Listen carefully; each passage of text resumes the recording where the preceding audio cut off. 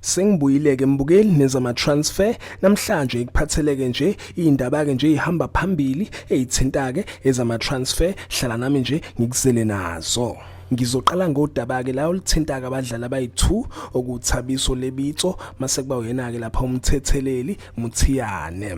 Kunendaba ke mbukeli eqeda ukuconfirmwa njengamanje econfirmwe uyena ke lapha uMazola Mlife ijournalist ka SABC Sports ukuthi ke uthabiso lebitso usejoyine sona ke iStellenbosch mase kuthi ke yena ke umthetheleli Mthiyane usejoyine lona iBuccaneer. Uveza ukuthi ke yonke into iqediwe kusayiniwe yonke ke nje into imi ngomumo njengamanje yena ke uthabiso lebitso usemdlali wasoka iStellenbosch mase kuthi yena ke uMthiyane useumdlali walo iBuccaneer. Ngidluleke mbukeli ngilapha kwindaba ke ethinta umdlali weSwelele olinkwe nayo ke lapha iOrlando Pirates. Ibhakabhaka libhizi ke kuleli windi kunendaba ke lambukele ivelayo ukuthi ke umdlali walapha eZambia odlalela ke iSwelele yena ke uGampani Lungu ulinkwe nayo iOrlando Pirates baveza ukuthi ke ibhakabhaka lifuna ukumsayina njengamanje ingxoxo bese iqaliwe between yona ke Orlando Pirates naso ke iSwelele. Okwamanje bengakaveli izinto ke ningi kodwa kuvela khona ukuthi ke ibhakabhaka lifuna ukusayina yena ke lo mdlali waseZambia ingxoxo ke nje zisaqhubeka.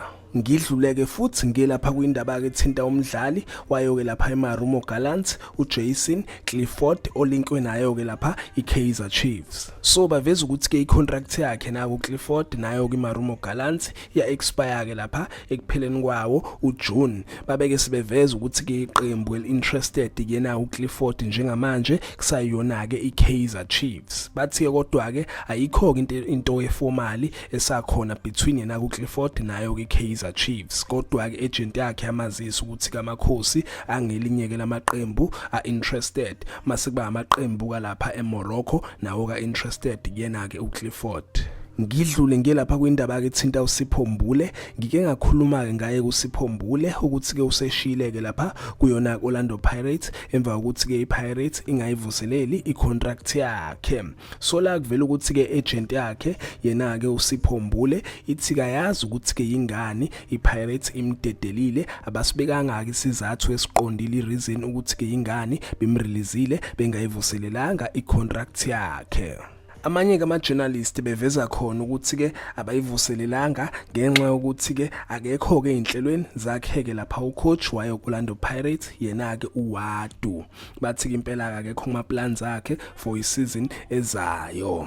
Zinjalo ke mbukeli izo ke indaba ade ikuphathele zona lezi indaba ke nje izithinto ezama transfer ezenzakalayo namhlanje njengoba ke kuzi3 zika June. Yizo ke lezi mbukeli ake ngithi ke nje danke ngiyazi bongela.